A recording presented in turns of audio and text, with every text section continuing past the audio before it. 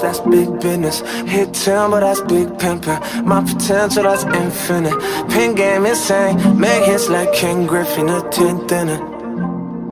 Ladies and gentlemen, welcome to the 10th Inning Podcast, episode 45. And folks, I got the number right. I usually have to ask Dan prior to recording what the number is, but I was right on the nose today, 5. Anyway, Dan, how you doing? I'm doing well. Obviously, I didn't show anything. What I do want to show, I'm going to save for later on. So, if you're interested to see what I have today, you're going to have to stick around a little bit. I guess the only thing I could show you is I did get a haircut, I was going to say, yeah. Looks good. That's about the only thing Beautiful. Thank you. I needed it for sure. But I like my guy down here in North Carolina where I am now. Is this my first pod back in Northie? No, last week. Last week, okay. This is the day you got there. I love doing that, don't I? That's like my favorite. Yeah. God bless. But yeah, Sean, let's rip this Band-Aid off. Let's get right into it. First off, Vaughn Grissom. He's back there. Prospect for the Atlanta Braves has come up, I'm sure, as you probably know, in the NL East and really started to tear it up. But let's talk about league news first, Sean. What do you got for him? Well, I want to start off with the Atlanta Braves, not because you have that as your background, but for other reasons. Although he may be in this, if he plays well enough, he may be part of this group. The Atlanta Braves love signing their young players to long-term extensions for a fair amount of money for an average person, lower than what their market value would be if they reached the potential. We saw this with Acuna. We saw this with Albies, or most recently Michael Harris. Before that, Austin Riley. Yep. So signed a. I have it right here. 1 second. $82 million. Now that is the risk on both ends here. The Braves. What was the deal? Could you repeat it one more time? 8 years, $72 million. Thank you. On top of, I think they bought out. I'm not sure how many years of arbitration eligibility they bought out. I think in reality it's more of a 10-year deal.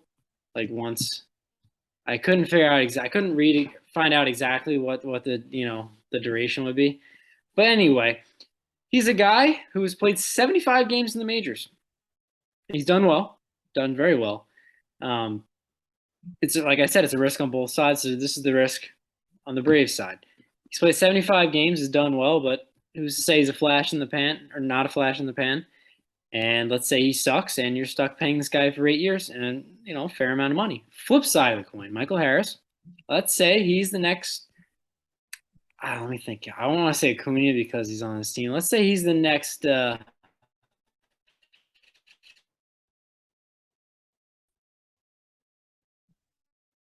I think he could be great player. I'm blanking out right now. I think he's a Starling Marte. I think he's a 50% 5 tool. And what I mean by that's no disrespect is it's like you're not going to hit 340 bombs, 40 steals, but he's going to hit. I think he can hit 280, 20 bombs, 20 steals, play really good defense, have a really decent arm, an all-around type, really, really good player, like a Starling Marte kind of situation. Marte. But let's say he does extremely well and he's stuck in this contract for 8 years and he doesn't get the money he would get on the open market. It's a risk on both sides, but the Braves have been able to do it where they're, giving them the players long-term stability, making plenty of money that they can live very comfortably on, and these so far they've gotten them to bite on it. And props to I can never pronounce the last name of the GM. Anthopoulos. Yes, Anthopoulos. In doing so, and they're going to be a scary team for years to come. But what are your opinions on this deal, and maybe in their way of going about this with their young players? I mean, I love it. I think you're gonna hit more than you miss in the way that they do it. As in, they at least let them come up and have half a season or have a season and have some playing time against big league arms, so they can see if they can keep up with it. allow big league arms to make some somewhat of adjustment against them and see if they can still handle it. As well, I mean, like it's interesting because I think people forget that contracts like this, like you said, they're buying out arbitration years as well. So Michael Harris wouldn't hit free agency probably for 4 more or 5 more years still anyway. That's just how it goes when you come up. You have to reach service time. Um, so they are buying out a lot of years that he wouldn't have gotten paid more than the minimum. They really what they are buying out is maybe 2 or 3 free agent years and the arbitration years, which the arbitration years he could probably I think Michael Harris can get 15 million during arbitration for sure. Especially if he goes to 2 arbitrations, if he's not a super two. But on the open market, a guy like Michael Harris, when he reached it, if he's the guy I think he is, probably $25 million a year player. So they're definitely getting a big discount in year 6 and 7. But Michael Harris is also making, what is it? I guess close to $10 million a year when he's going to we could have been making 500,000 for the next 2 or 3 years. Judge is only making 500K this year. That's just how it is. You know what I mean? When uh, you have to get service time. It's not about how good of a player you are when you first come up. So it's whether you want the money up front or not. Honestly, Harris could invest that money, and with inflation, it could all work out for him. Yeah. And with Acuna, they signed him before he debuted, which out of that bunch, he's the only one to have that happen. I think Albies played half a season before that.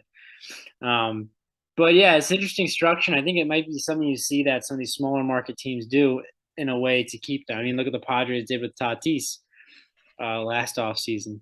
Aside from the issues, we'll forget about that for the moment. But it's an interesting way to do it. Maybe we'll see the Mariners do it with Julio Rodriguez. You never know. It would be smart to lock them up for an extended period of time, and you will be buying out the years where they wouldn't be making a lot of money, but on the back end, it would. I think it's a pretty smart way to go about it. And as I said before, the Braves are locked and loaded for a long, long time. So it should be interesting to see. Yeah, they got the whole infield pretty much, other than Dansby. And the way Vaughn Grissom's playing right now, they might even opt to let Dansby walk. I mean, obviously, Dansby's had a phenomenal year, no knock to him. But if they could have a controllable asset like Grissom, who they can just pay him 500K for the next 3 years, I don't have to even worry about signing him long term if they don't want to, if they want to go that route. Yeah. They've definitely been given another option by Vaughn Grissom coming up and doing as well as he has. Absolutely. And to stick with the Braves, Marcelo Ozuna. He hits Babes. And he also drops drunk.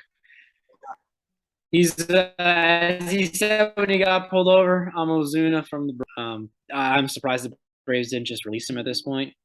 Yeah, that's crazy. After his incident last year, it was on, I guess, probation or some form of that with both the Wall and also the Braves, and he obviously broke that. Not to mention he's having a miserable year, and I can't imagine him being a positive clubhouse influence, especially to a team full of younger players, because he would be the veteran. He's been in the league since I think 2014, around there or so, maybe even a little before then.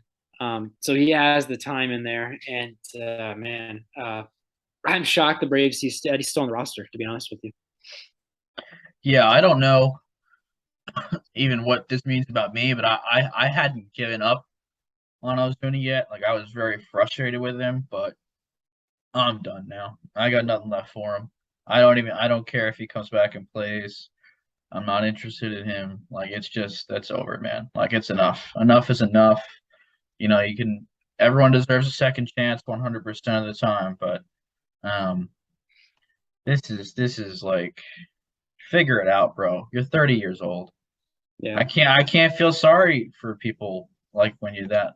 You just figure it out, man. You got millions of dollars. You're 30 years old, and he's still a human being. Listen, human beings make mistakes, but yeah, I don't know. I'm kind of sick of Marcelo Ozuna right now. With each passing day, the trades Derek Jeter made from the Marlins look better and better. I'm not going to say they won any of the trades by any stretch of the imagination, but Giancarlo Stanton's contract's off the books for them. That is an albatross for the Yankees right now. Marcelo Ozuna, who's had some nice years since then, they didn't get tons for him either, but he's fallen apart before our very eyes. And obviously other trades like Yelich and Real Muto, they didn't really win out on that. But hell, you look at Yelich now compared to what he was.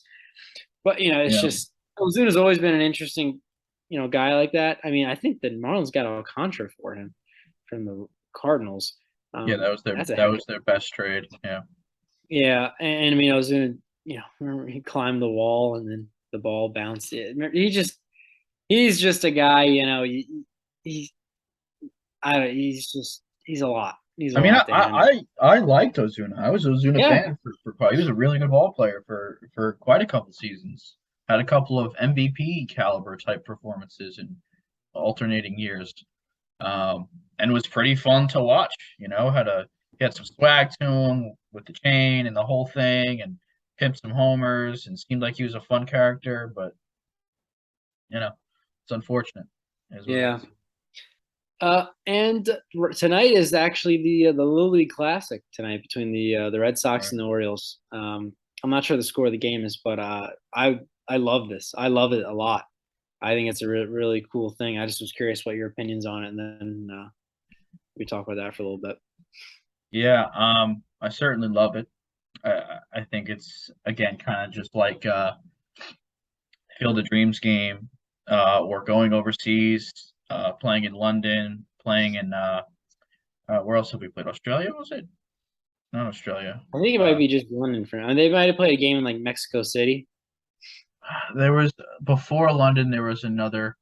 The Dodgers played. I forget where they played, but yeah, I think we might have played Mexico City as well. But these kind of taking it international and stuff like this. I mean, it feels like a stunt per se, but I mean, it's an entertainment business. So Yeah. if it's a stunt, it's a stunt. It's what we have to do to get people in the seats. Especially, I think this is good coming off the heels of the whole Tatis thing. Gets people mind off of it, focus on the good part of baseball. The part of baseball that is the reason why men love it, and it's because they love it as boys, and they never stop loving it. Yeah, I love it. It's just I get that some people think it's a little bit much, but it's kind of what we have to do to grow the sport. Yeah, I think it's a good way of connecting the game to like its grassroots in a sense. It's cool. I enjoyed the Mets played in it a few years ago, and I enjoyed the game. It's a lot of fun, and I think baseball should continue to do stuff like this. They also played a game on a military base a few years back. I think Fort Bragg, which is another cool thing to do. I really think they should bring the game back to here in Cooperstown, but that's just me. I'd be there in a heartbeat. But yeah, no, it's a cool little thing. I just like I didn't realize it was on tonight, to be honest with you. So maybe baseball should try and advertise it more. Yeah. But at the same time, I haven't had TV in 3 months, so that might be why. But yeah, no, it's a cool little thing. Also this week, the Mets called up their number 2 prospect Brett Beatty. I was ecstatic for that, and he's done fairly well so far. The average is like 200, but it fluctuates a lot. In his first major league at bat, though, 2-run home run off the Braves. I think it was Freed. No, it was Odorizzi pitching that game. Yeah, that was awesome. I was in the car watching it, and I thought to myself, wouldn't it be sick if he just went Yahtzee right here? Next pitch goes bomb. Yeah. I love him. He's got a great bat. I watched him play a couple times this year in the minors in Double-A, and I think Triple-A. Decent glove, but I want him to be the next David Wright. I just third baseman. I want him to be that guy. I mean, Eduardo Escobar, I love him. Down year, friend of the he's pod right though. now. I know, no, absolutely, but I don't. He has not done that well this year, and I like him. He's a good clubhouse guy, but Beatty is. I think he could be a very good player. So I had to throw this in the league news just because I was excited, and he's a lot of talent there. I have to ask though, Sean. I know, if I'm not mistaken, someone picked him up, but I don't think it was you. No, someone dropped Mark Vientos, who they thought the Mets were going to call up, was also doing well in AAA. and picked up Beatty as soon as the news was announced. Wow. Who was it? Do you know? I want to see. Uh, I want to see who did it. Probably someone who's a Mets fan who would know that. Let's see. I guess it was a couple days ago now. Oh no, Matt. Matt did. That's Matt smart. Swallow. Yankees fan. Yeah, he knows his stuff. That's tough. That's tough to see. Okay. I still That's got it. Francis. I feel like he should be on your team though, Sean. Maybe he picked him up trying to make a trade. You never know. Maybe I'll get a Yeah. trade proposal in the next couple of days. Well, trade deadline's passed, but off Oh season, yeah, for off season, the off off season. season. Yeah. Matt also picked up Vaughn Grissom that day, so Matt had a little bit of a me day, I will say, picking up some kids and having fun with it, and I like that. Yeah. Well, Well, that's no, you love the kids, so yeah. I don't mean like picking up some kids and having some fun with it. That didn't really come out the way I wanted to. I love children, and Superman, the whole thing. I just meant picking up, like off the waiver wire type. I Like think you probably should just quit while you're ahead or not too far behind. I'm behind. I am certainly behind. Not that far behind, no. Like I'm not saying like, All right. I'm coming. You know what I'm saying? Let's Yeah. move on. Yeah. Let's continue on with the Mets. They won a wild game today against the Phillies. They were down 7-4. They were down the whole game. Mark Canha tied it 7-7. Then they were down 8-7. Then Mark Canha said, "You know what? I'm hitting a 2-run home run to give us the lead." Mets ended up winning the game 10-9. Wild game. I was very excited. I was happy the way it ended. I had to throw that in there too. I just felt like that was necessary. Mets are looking good. I'm a fan. You know who's not looking too good right now? They did win today though. The Yankees. Now I'm gonna take a stance on What this. is this podcast about, Sean? What are you doing today? Let's just talk great things about the Mets and then the Yankees. What are you doing right now? This is the first thing I brought about the Yankees. That isn't good. League news, and you're just you're going Mets are great. You know who's terrible? Yankees. That's Okay, your league. you're letting me speak. Let me speak about the Yankees, all right? God, the bias is going. Hey, you're not biased podcast, Sean. You're not letting me speak. They haven't been doing well lately, but everyone is so far overreacting. It is like disgusting. They have one of the best records in baseball. They have an 8-game lead currently over the Blue Jays. I know they haven't been playing well, but my God, can we calm down a bit? Like, come on. Like Stephen A. Smith was talking about the Yankees. You know when he's talking about baseball, it's never a good thing. No. Not only he pointed out the fact that Judge was like 1 for his last 14, a couple like earlier in the week when that was just, someone doesn't watch baseball and they're pointing that out because Judge is having a monster year. And like the guy went 1 for 14 in 2 games. Like, calm down. Yeah. But everybody's saying that Boone and Cashman should get fired like mid-season when you guys are like 30 or 25 games over 500, whatever it is. I don't have this right in front of me. Calm down. All right. I know they had a 13-game lead or 14-game lead over the Blue Jays, and now it was 7. Now it's 8. That's the reason you get a big lead, is to have some wiggle room, and your lead is still 8 games. It is not like it's going to be gone in a week. So that's what I'm saying, is people are just freaking out a little much for it. Thanks, Sean. Thanks, Sean. You're gonna win the division. That's just what we need as Yankees fans. A Mets fan telling us how to blow a lead. Calm down, guys. Don't worry. You can. This is why you build a lead, guys, to blow it. You've never seen us do it. You get the lead, and then you blow it. That's the whole point of getting the lead at first. So you can lose the whole thing, miss the playoffs, and say there's always next year. That's a Mets fan. That is a Mets fan to a T. The reason they're calling for their heads is because none of the trades worked. Montgomery's got a fucking sub-2 ERA over there in St. Louis, okay? And Harrison Bader, I don't know, he's got a boot somewhere. Joey Gallo's had 15 homers and 45 opposite field hits out in L.A. I don't know. It's an overreaction for sure. The Yankees are going to be fine, but the trade deadline. What was up with that Montgomery trade? That was just bizarre. Yeah, it just hasn't worked out, and I think people are harping on it, which is fair-ish, because the pitching has started to slow down for the Yankees, and losing Montgomery now is definitely taking a toll on us. for a player that's not playing in Bader. So I think that's where most of the people are having. They're kind of taking that as a microcosm and saying that's the whole reason we're losing. But winning and losing streaks are normal for good and bad teams. So I mean, the Yankees won 13 games in a row last year. They lost in the wild card game, and that team wasn't that good. yeah, So streaks don't mean much of anything. I mean, they help in the moment or hurt, but everything evens out one way or another. So let's move on to something else that is definitely unbiased. Doesn't talk about any New York team. Well, I guess it technically does. The Syracuse Mets and the Atlanta Braves AAA team played a game. I think it was this past week, where it was broadcast on MLB Network and was highlighting the new rules being tested down there in AAA. Among the rules being the pitch clock, which we've talked about, larger bases, which we've talked about, and a really interesting way of calling balls and strikes. Let me find it up right here. The ABS challenge system. So this is right on MLB Network website. I will read it up to you or read it out to you guys. So here's how it works.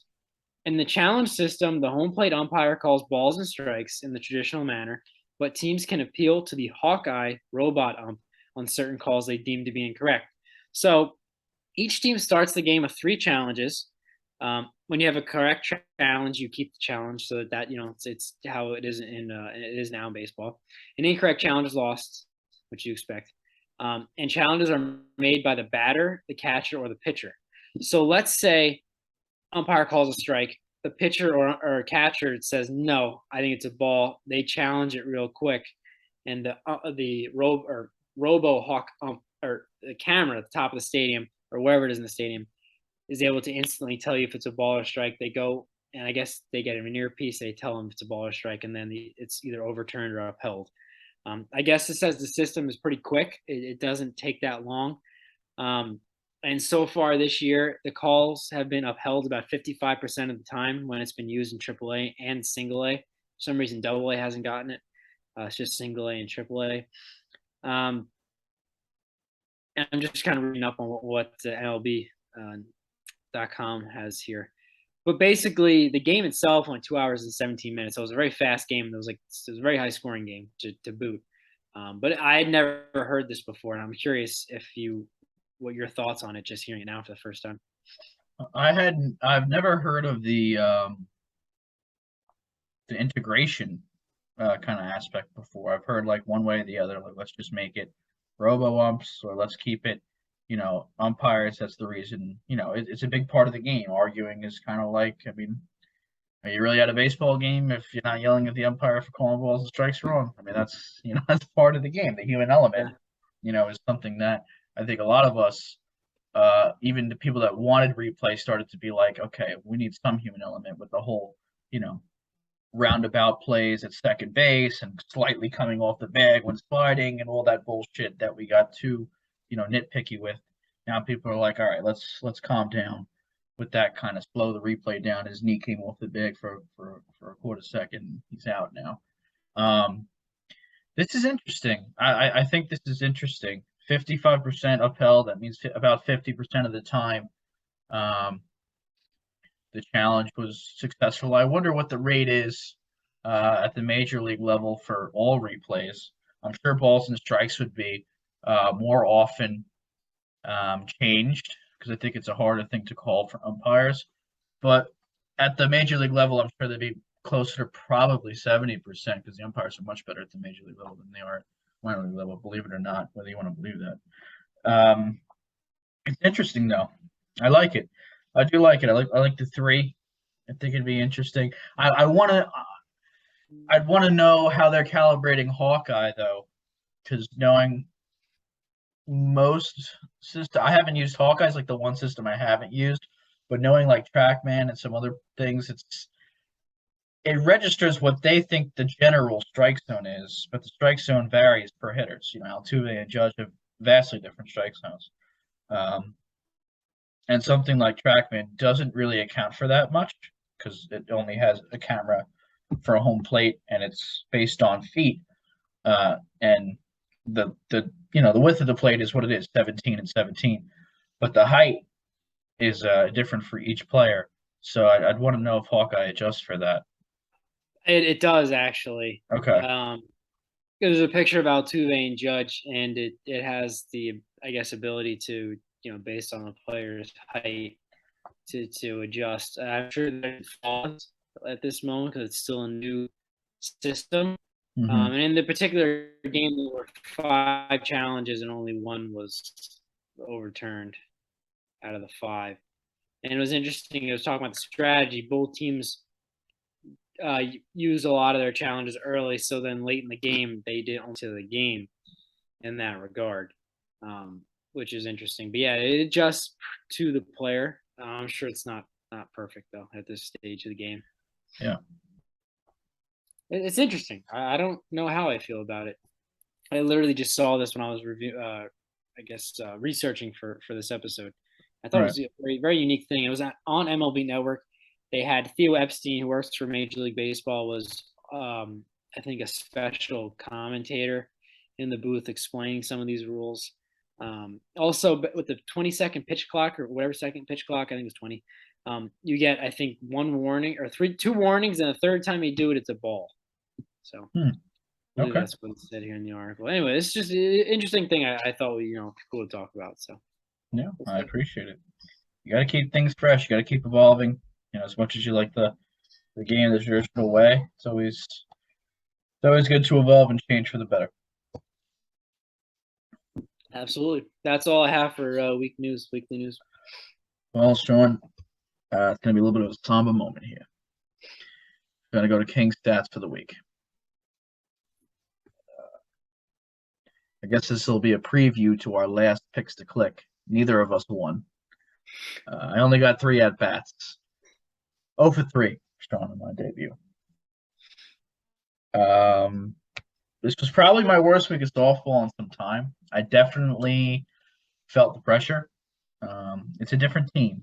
I'm not king on the Crimson Hot Dogs. I'm rolling into game 1, batting 7th, playing second base kind of situation. Not starting pitcher, leading off. I haven't established myself yet, and I completely agree with that. You have to do something to get to that kind of place. So it's a very different environment. So it was like, being an MLB All-Star and then getting set into AAA and trying to figure it out again. And, I was definitely culture shocked. So I played 3 innings second base. My three outs were all line drives to the outfield. Just hit at the wrong places. I felt okay with the way I swung the bat. My last one, not so much. I started pressing. I swung first pitch, a ball I didn't really like, and I got under it. It was kind of like a fly line. It wasn't a very hard hit line drive. Played second base for 3 innings, Sean. In the 4th inning, a ball gets hit back to our pitcher. His name was Mike. Really, not shatters, but it hits his ankle, and he's down for the count. He gets up and he walks off. He's like, he's got to go sit down. I think he ended up going to the doctors afterwards. So I'm at second base, and it's like a little league moment. You don't really get this often. Coach, his name is Andy, and he goes, "Dan, you're in."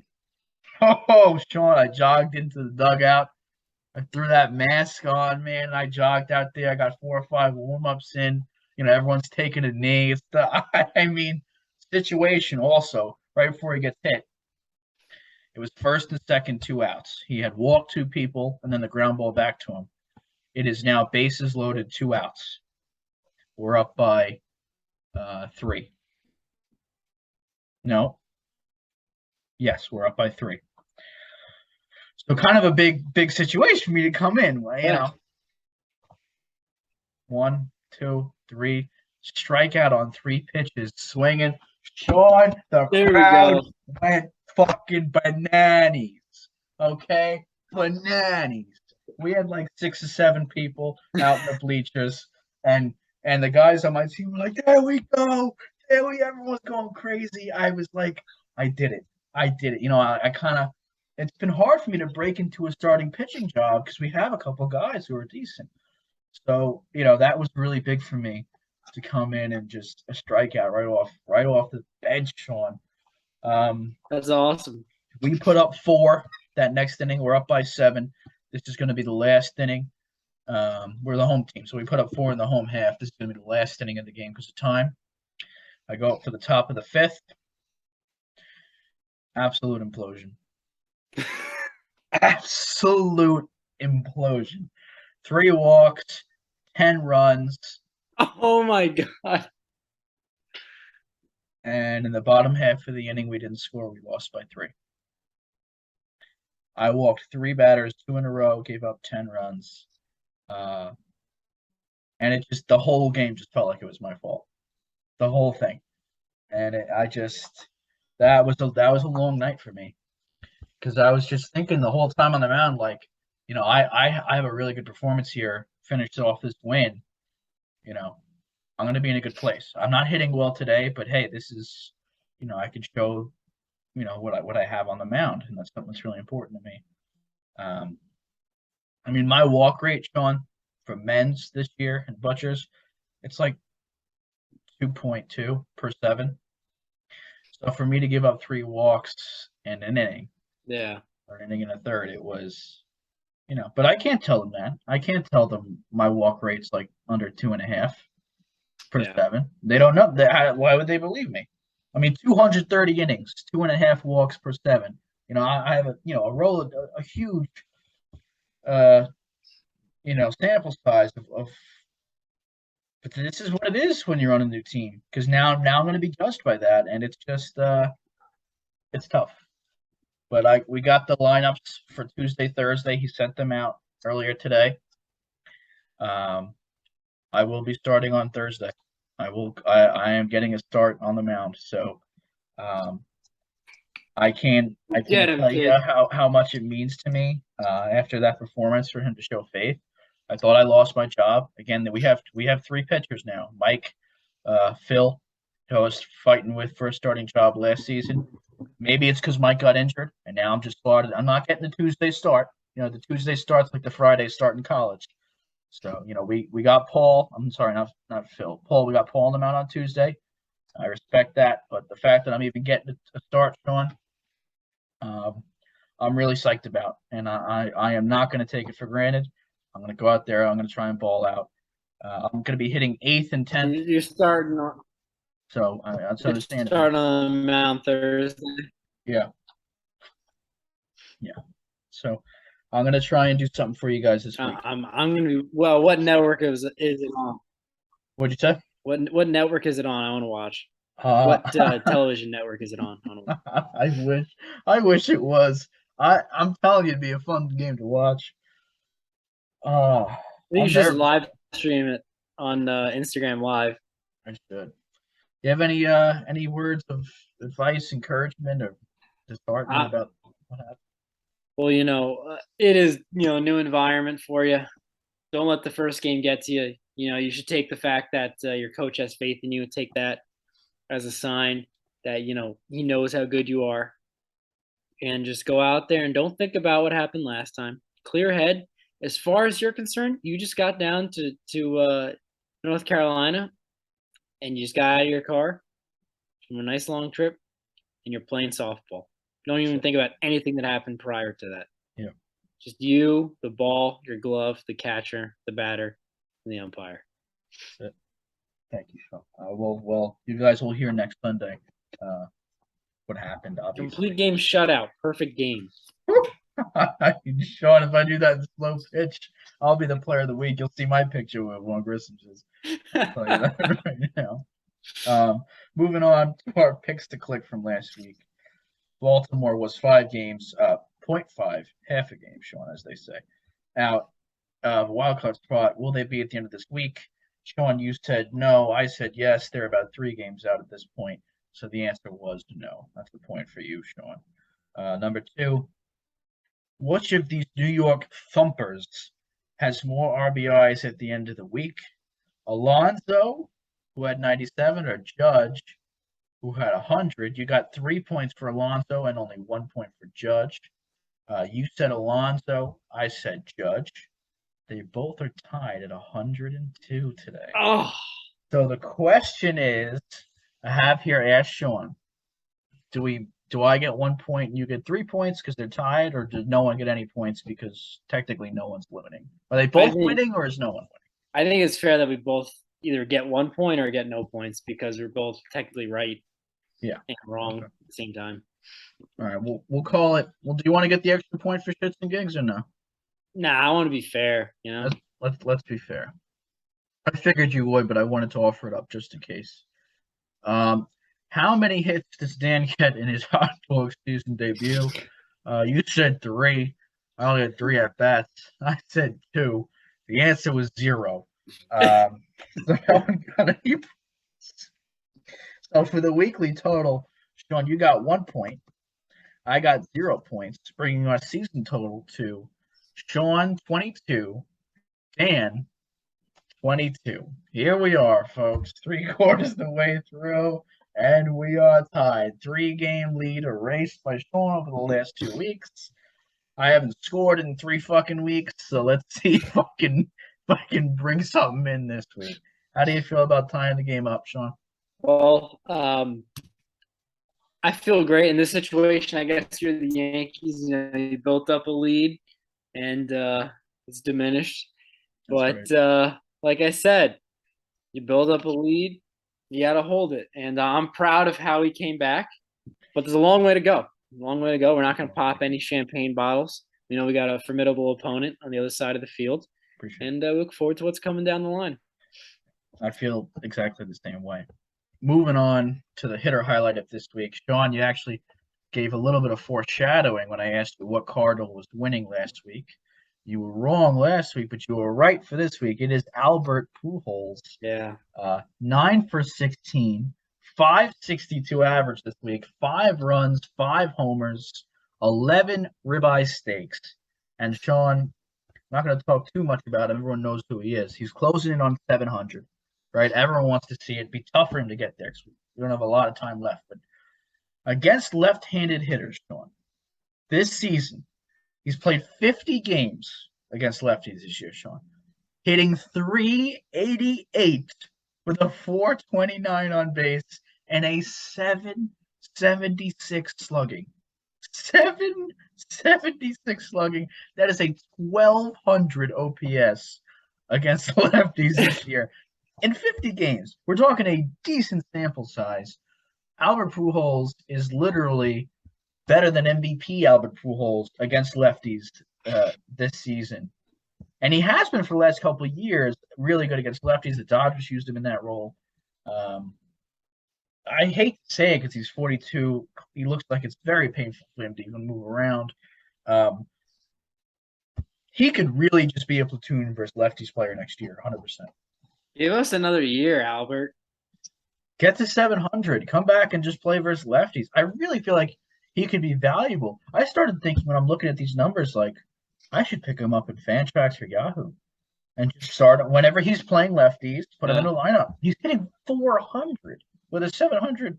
Like it wouldn't be a bad idea if you can use in fantasy. I'm telling you, if you can use an extra roster spot, if you see he's playing a lefty and he's in a lineup, put him in your lineup. I mean, in those situations, can't play him every day, but in those situations, I mean, that is a value. Absolutely. Albert Pujols is also my player for the week. So. Amen, brother. I'm sorry for taking it. I had a feeling this was gonna happen. I just couldn't ignore it. Just in case you didn't pick him, I was like, I gotta go for it. I hear you. Anything to add, or we pretty much did it? You pretty much covered it beautifully. Do you have a pitcher for the week, just in case I take it? I do, and this one is it's another guy, blast from the past. A little pizzazz, some little shimmy shake, a little back turn to the batter. Mr. Johnny Cueto, Chicago White Sox pitcher this year. 2 starts this week, 16 2/3 innings pitched, which ain't too shabby nowadays, by the way. He had the most innings pitched in the last week, I believe. I was going to say, what is that, 9 and 8.5? Yeah. 9 and, I think. Or 2.8 thirds? Yeah, I think so, yeah. Either way, he had an ERA of 0.54. It's pretty low. 0.54, not too bad. 1 earned run in those 16 2/3 innings. Oh, now get this. only had 5 strikeouts. I love So that. he's still pitching back in like 2007 era. Mm-hmm. He's bringing it all back. He's getting contact, which he was out. I think he got more strikeouts than he did contact. I mean, for that era, it's different comparing apples and oranges. But he really gave up 11 hits too, which is also the other top performers from last week pitching wise. He just didn't let him score. Yeah. He didn't walk a lot of guys. He had 2 walks over 16, excuse me, in 2/3 innings. Not bad at all. And cherry on top, his whip was .78. So with that information, do with it what you will. Johnny I love Cueto that. back. Big Johnny Cueto guy. Johnny Cueto was probably my second favorite pitcher of that era, like when Clayton was really good, and then 2013, 2012 with the Reds. I loved Johnny Cueto. He was really fun to watch. My pitcher highlighted. I actually have 2 pitchers. I'm gonna ask you what pitcher you think had a better week. You're gonna decide for me, all right? Okay. Pitcher A, 2-0, 16 innings pitched, 6 hits, 3 earned runs, 1 walk, and 10 strikeouts. All right, kind of like a Johnny Cueto type week. High innings pitched, a little bit lower strikeouts. Pitcher number 2, 1-0, 12.2 innings pitched, so a little bit lower. 8 hits, 2 earned runs, 3 walks, but 23 strikeouts. Strikeout rate's going crazy with the second guy. But less innings, a little bit more damage. I'm going to go with the first guy because he didn't get as many strikeouts, so he was able to get soft contact, which I think is a lost art and almost better to have than having strikeout stuff in some situations. Well, Sean, I'm glad you said that because these are the M&M boys, otherwise known as Michaelis and Morton, are trade partners, and you kept your trade. You chose Miles Michaelis. Again, Michaelis went 2-0 this week, 8 game jams, 6 hits, 3 earned runs, a walk, and 10 Ks, while Morton threw a little bit, almost 13 innings, 2 earned runs, 3 walks, and racked up the strikeouts with 11 and 12 strikeout performances. Against the Mets, one of them. They both went against pretty formidable opponents this week. Something else that I thought was really interesting. Why not? They had some of the best weeks in the game. I figured I'd ask you. We're a little bit removed. How do you feel about the trade so far? I mean, obviously we're still in a microcosm of this season, so this is all you don't know how it's going to play out in the long term. But how are you feeling so far? I'm feeling pretty good. I like what I got in return, and what the future holds for Miles Michaelis on my team. How are you feeling? At first, I definitely was feeling a little upset because Michaelis had a hotter start than Morton. Michaelis had kept it going. I was like, maybe I made a mistake. But the last, I'd say, week and a half, Morton is starting to do the things that I thought he was. Well, the reason I brought him here. I think Michaelis is pretty good for 25 points, but he has a low strikeout rate, which you know. So when Morton pops off for 12 Ks, even if he doesn't get the innings, he can get close to a 40-point performance every once in a while, and those are the kind of performances that I'm going to need getting deep in the playoffs. Obviously, this could be one of the last years for Morton, if not the last. So we'll see. I think I'll have the best answer for you depending on how I do in the playoffs or how he does when I'm in the playoffs, which starts tomorrow, Sean, for the Fantrax League. Don't forget, you have 2 hours to pick up anyone if that you want to pick up. After that, the free agency will close for the season until the draft starts, which will be interesting. Again, we'll see we'll probably do some coverage on the draft for our draft next year. But yeah, just thought that was kind of cool. The M&M brothers, I think they'll forever be tied together on this podcast. I have a minor league highlight. Unless you went with the pitcher already. My minor league highlight for this week, Sean, is Gunnar Henderson. Okay, the Orioles' second base / third base prospect. He got moved up all the way to number 2 overall, number 1 for the Orioles, obviously. Um, they just recently redid the prospect pipeline rankings. They added all the people from this year's draft. Sean Francisco Alvarez obviously got named the number 1 baseball prospect. He is a member of Team Sean, the still nameless fantasy baseball team. Once my team starts showing me they got a little something, then I'll name them. It's some incentive. Okay, give him some incentive. Gunnar Henderson has flown up rankings, though. He started this year probably around the 70 range, and he is just he's been the biggest mover for sure.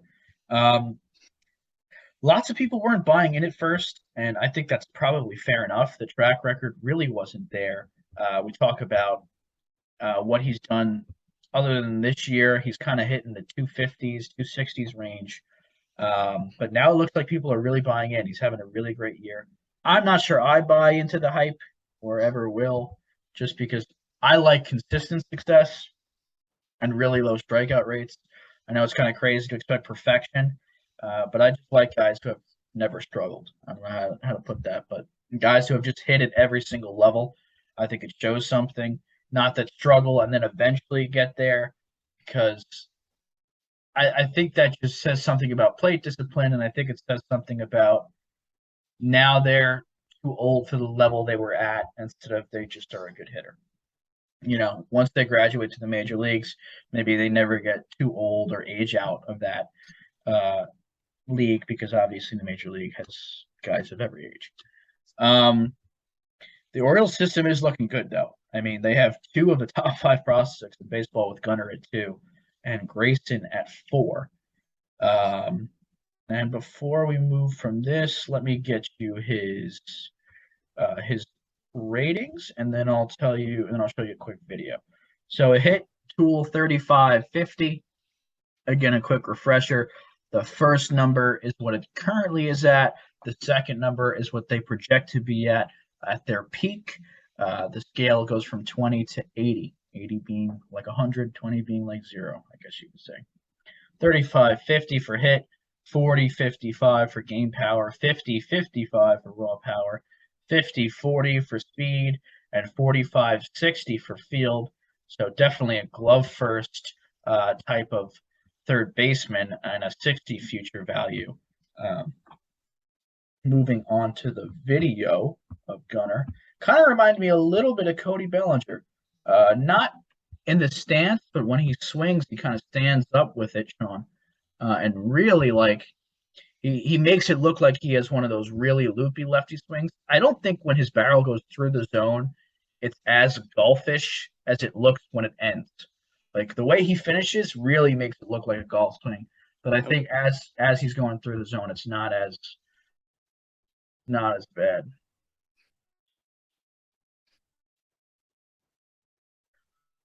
Yeah, I see what you mean in the Bellinger-esque type swing, but it doesn't seem as long as Bellinger's, at least just looking at that one swing. Yeah. Did we have someone a couple weeks ago who was in this who also had a Bellinger-like swing? Yeah, we did. I guess it's a popular thing. I don't know why, because he's really struggling, but just to see it one more time. Yeah. And we'll show one last.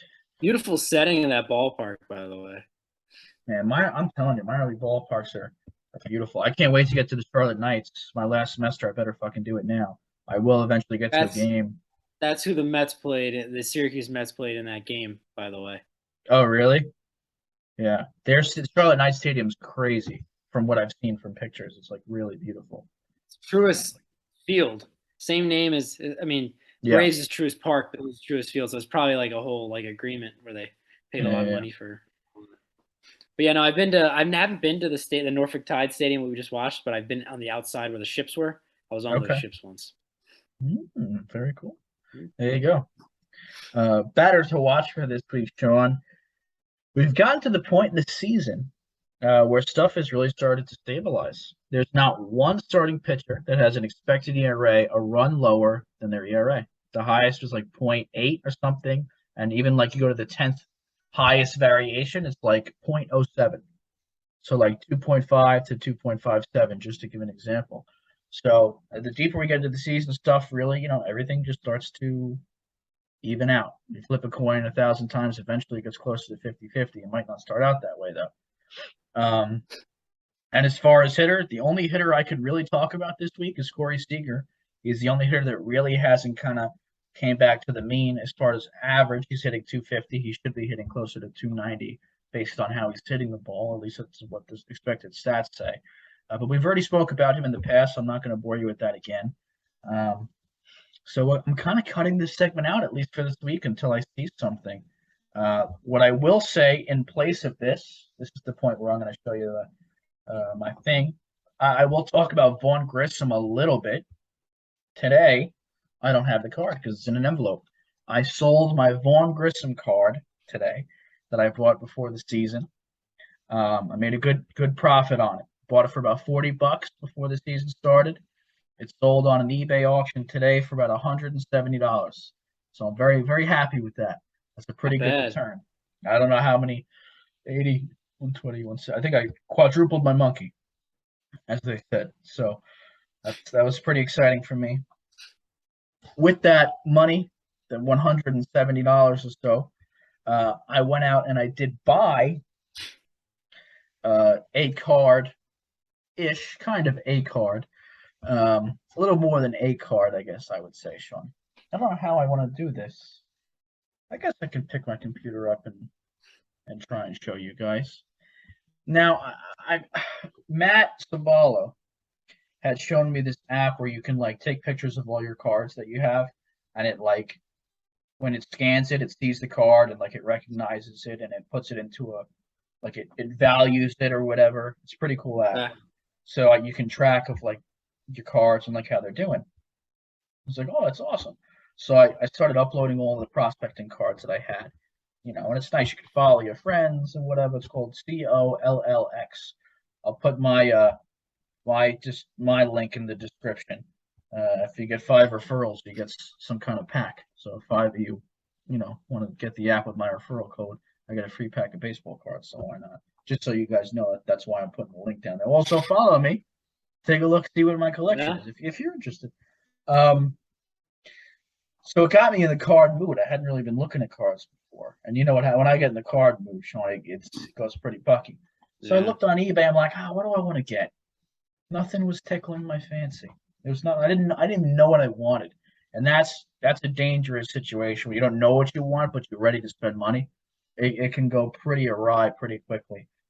So I went to a garage sale type situation, the OfferUp app, and some guy had posted about some cards he was trying to get rid of. It's like, my wife needs these gone. She doesn't want them here anymore. If you can pick them up, I'll give it to you for $250. It was a good amount of cards. And I said, I certainly can't spend $250. And I was like, I'm going to sell the Vaughn Grissom. I was hoping to get around 200. I got 170. And I said, I can do it for $200. I'll spend $25 X the Vaughn Grissom. He said yes. I went and I picked it up. Sean, do you want to take a guess how many cards? How many cards did I buy from this man? Saw the video of the I think it was the Dynasty League chat. Oh, you saw this already. Yeah, I have no idea how many cards there are. A lot of cards. Do you want to take a guess? 300. So I'm gonna try and tilt my camera this way. Oh, that's... I don't know if you're seeing this close. Yep. But this is this is basically a store. I can open a baseball card shop at this point. There's 18. There is 18 of the priority mail flat rate boxes there, filled to the brim, and there's 21 of those blue boxes up there and a couple extra boxes up top. Donna, you're holding on to your pants. I'm trying. Give me a little bit of a drum roll, please. I'll put us in the face. I bought for $200 70,000 baseball cards. Thank you. Oh my god. Oh my god. Did you know there was that many? Yeah, that's how we had it listed. You know, listed like, yeah. Oh my god. Are they like old cards, new cards? So the reason it was only 200, they are all. Let me just. I'll just take a random box. They just trash players. Yeah, these are all 1980, 1990, early 2000s, otherwise known as the junk wax era. So what happened is like in the 80s, 90s, and early 2000s, Topps and like all the baseball card companies just like pumped these out to no end. So there's like literally millions of each card out there. So they're basically absolutely worthless. And you have 70,000 of them. And I have 70,000 of them. They can't be worthless at the point where there's 70,000. You know what I mean? Gonna be something apparently 200. But yeah, they're all. I'm just opening a couple out of this, like, and they are jam packed tight in these, Sean. Everything is jam packed. So let's say pick a number. Pick a number. 1 to 20. 17.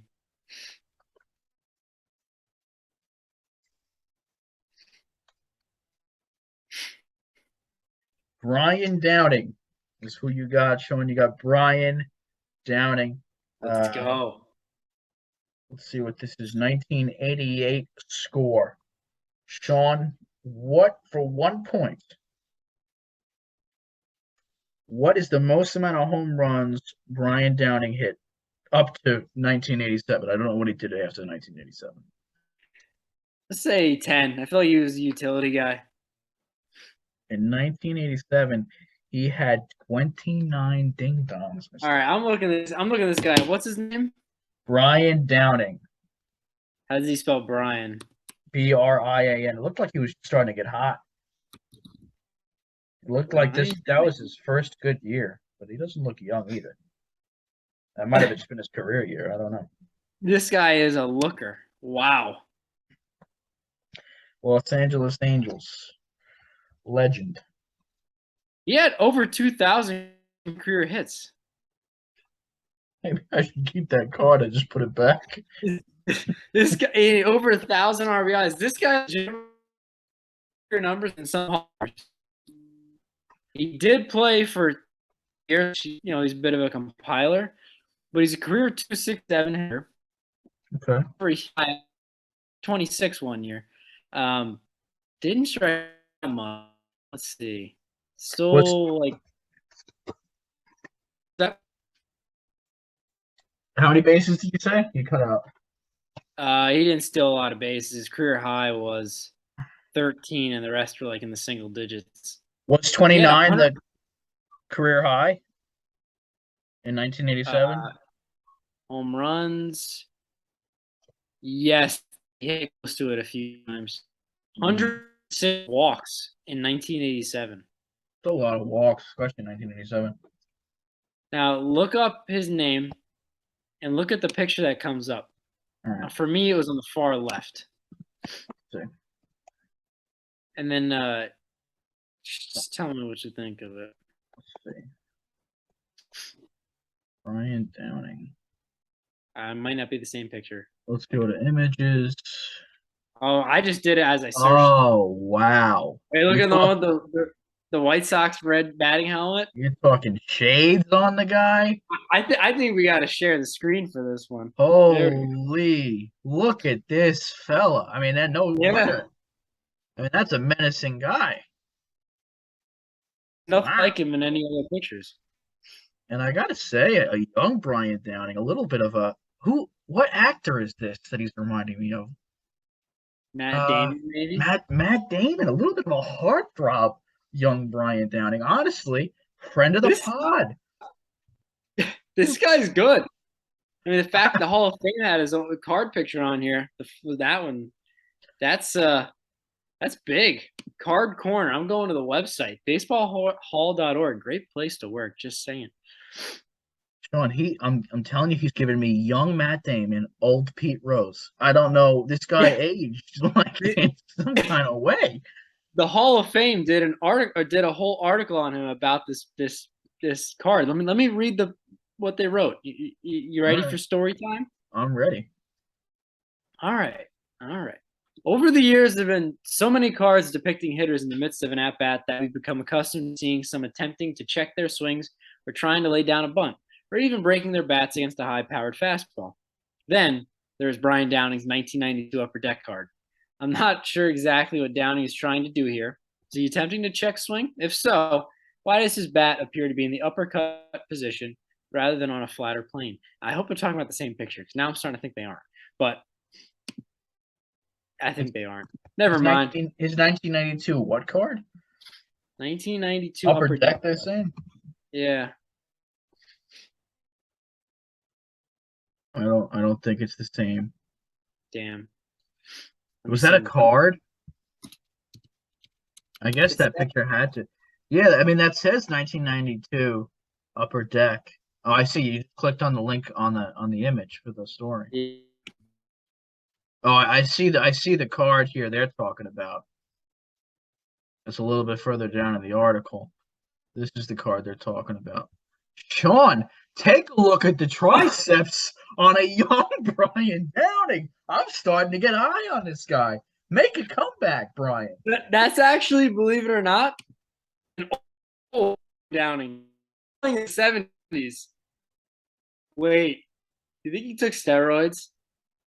Oh, Sean, honestly, this would ruin my entire life right now if I find out that it just got really attached to him. He may have been this guy considering in the 70s and then still played in the 90s and had muscles like that. But I mean, this guy, 71 years old. Let's see. He debuted. This pod's going off the rails. He debuted in 1973. He retired in 1992. Let's see. I'm looking on his Wikipedia page. You gotta wonder why Reggie Jackson is a related Hall of Famer to Brian Downing, but I don't understand that.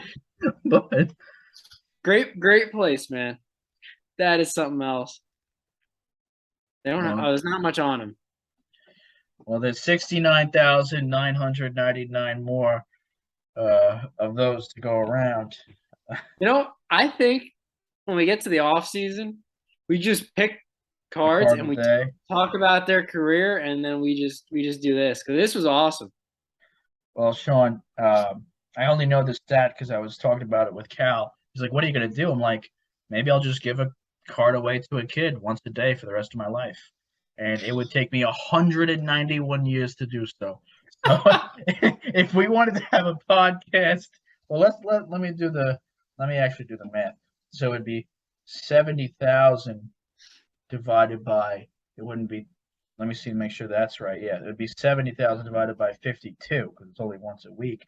It would take me about 1,350 years to get through all these cards if we did once per week. So I think we should be okay, even if we do find the founder youth. If we want to do one card, we could probably even do two. We could probably sneak in two over the next 500 years if we felt like it. For every new subscriber, we send them 2 cards. Amen, brother. You subscribe, get 2 cards.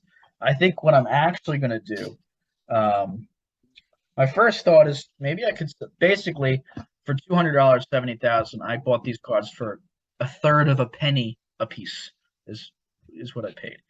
So I was like, maybe if I sell some of these to like just a baseball card shop for that 10-cent bin, I sell them to them for 1 penny, I triple my monk, on some of these cards. If I sell for 2 for a penny, I get 3 times what I paid. But if that doesn't happen, if all I did was pay $200 to one day, when I get my house, I want one room to have just the ceiling, the floor, and the walls, all just baseball cards. Maybe like epoxy coating on it, just the whole thing just covered. And if all I did was spend $200 for that project, and let me tell you, there's more than enough to fill an entire room right here. Cool, like mansion with that. And with the Vaughn Grissom card, I'm shipping it out tomorrow. In the little package I put the card in, I put 4 or 5 different Braves cards because for the guys from Georgia. And it's just Now, it's was so it beautiful. part of the 70,000? It was. So I have 69,990, I think 6 left, just to be honest with you. I don't want to. But no, this is I mean, I have 70,000 cards at my disposal. It's the opportunity is endless. And all I spent was $200. I honestly feel like I got the deal of the cinch. What if they're like faking this guy just totally just like They're not. pulled you in? They can't be fake, Sean. This pink box, I started going through them, and this pink box is I filled with stuff that I liked. I started going through some of them. So I have some good players that I think could be decent. Some funny names. Some Yankees and Dodgers here that if I want to make a big collage of Yankees and Dodgers players, and just some players that I like in there. A lot of Carl Pavano, if anyone was wondering. A lot of Carl Pavano in here. I know we're running late on time. This I didn't think this would happen, but before we go, as we sign off, you Gotta do the pick. picks to click. Oh, I didn't even do picks to click. Let me get the picks to click first. I'm sorry. All right, there we go. Might be the most fun episode we've done so far. Guys, I'm gonna skip the hot takes. Well, I don't even know my hot take for last week. I was wrong. I just probably definitely wrong. But we're gonna skip hot take. The hot take is that I bought 70,000 cards yesterday. That was the hot Is it take. gonna work out well for you? Picks to click. How many batting? Oh, fuck you, Dan. How many players will have a batting average above 300 at or above at the end of the week? 11 players are at or above 300. 24 players are at or above 290. So how many will be finishing above 300 at the end of the week? I'm gonna say 9. Okay. Sean says 9. It's a good guess. There's so many players that are close. I'm gonna be weird. I'm gonna say 13. I think the hitters have a good week. I think 2 more players join them. Okay. How many pitchers will be at or under? This is like the traditional stats picks to click week. We're going real traditional here. We're going errors. We're going fielding percentage, batting average, and earned run average. That's we're going real traditional. How many pitchers will be at or under a 3 ERA? 19 are right now.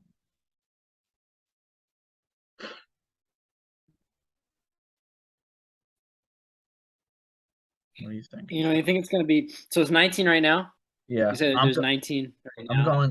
I'm going 16. I'm gonna say 18. 18. Only one person falls out. Maybe a couple people fall out, a couple people fall in. I don't know. Sean, get ready for this. This is your favorite. And the thing is lasting 2 weeks because of how good it did. Which of these New York Thumpers has more RBIs at the end of the week? Pete Alonso, you get 2 points for that, or Judge, you get 2 points for that. The points will carry over, so now someone will finally get the full point total here. I thought it was 1 and 3. It was 1 and 3. Now we're doing 2 and 2. Because Alonso gave a point to Judge because Alonso they're both tied now. Alonso was down by 3 last week. Now they're starting even. I think Judge gets hot because I think that Yankees gonna break out in a big way when they do, and so is Judge. Okay. But I'm gonna go Alonso. Gotta stick with my guy. I actually want to say Alonso, but I'm gonna stay with Judge because I feel like that's the culture at this point.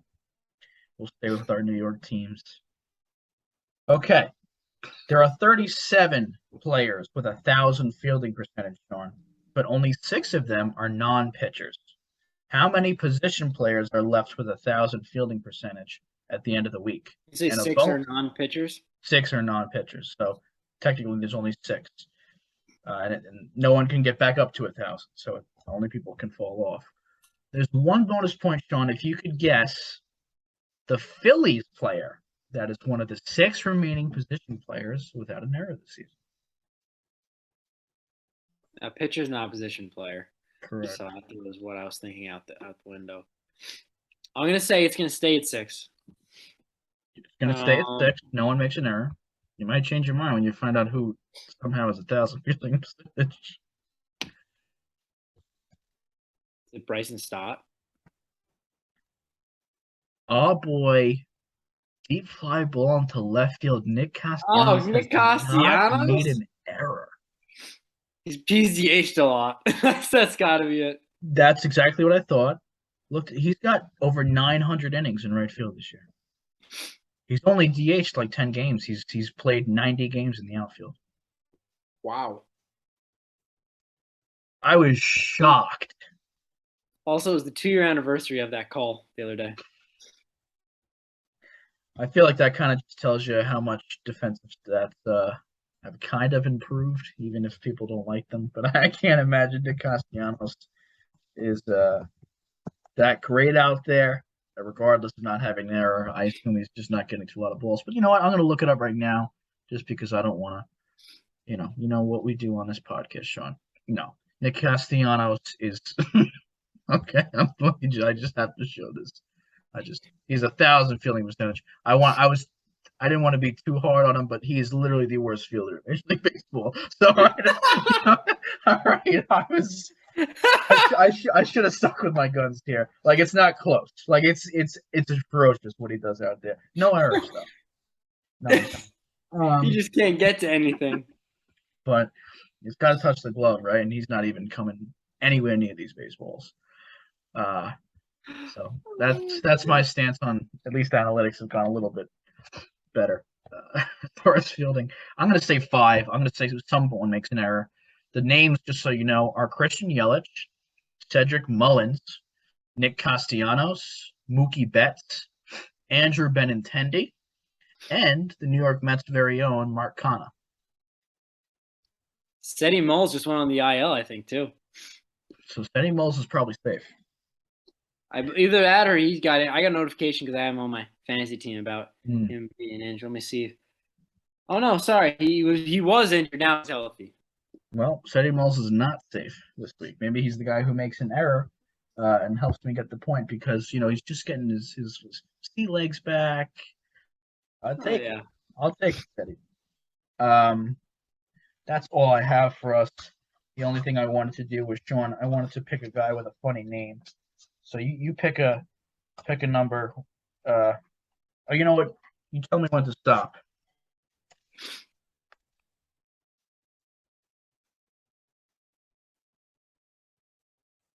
We got to the end. Let's go again. I couldn't tell. It's only in this middle section. Oh, okay. Stop.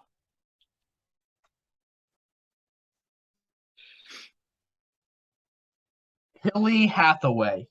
We have Hilly Hathaway. Hilly Hathaway. That is your funny. That's probably the best one we could have got because there's probably some not so good for TV funny names in here somehow. Yeah, like the one I just picked up. Yeah, I'm trying to find a better. This one isn't great either, but I think it's not worth it. No, that one's not worth it. I'm trying to find my sense of humor is not great. Let me find something. Let me look for something to close this out. That's not. No. God, a lot of these are. No, that's terrible. That one. Yeah, this one's kind of cool. Bip Roberts. Bip? Bip. BIP. Bip Roberts. You gotta like that. Yeah, that's pretty much it, guys. Hope you guys really enjoyed the episode today as I quickly. Yeah. Full disclosure, Dan came on, you're saying, this should be a 45 minute episode. I don't have much to talk about. This is well over an hour. I do apologize. Thanks, guys, for watching. Like, comment, subscribe. We'll have more comment. I think I said that already. But Dan's out of his mind because he just bought 70,000 baseball cards.